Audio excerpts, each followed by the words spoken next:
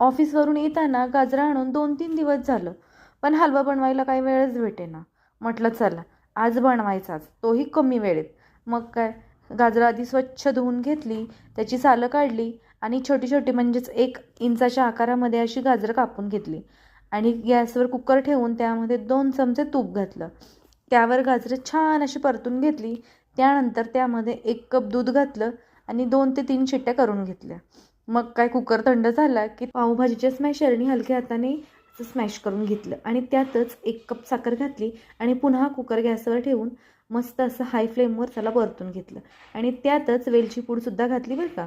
आणि त्याचबरोबर माझ्याकडं खवा नव्हता, मग काय, मी घातली दुधावरची साय. गाजराच्या हलव्याची चव आणखीन थोडी वाढावी त्यामुळे मी एका तडका पॅनमध्ये 2 चमचे तूप घेतलं, त्यावर 5-6 काजू आणि 5-6 बदामाचे काप घालून खरपूस तळल्यावर गाजराच्या हलव्यात ॲड केले आणि सर्वांनी गाजराचा हलवा एन्जॉय केला.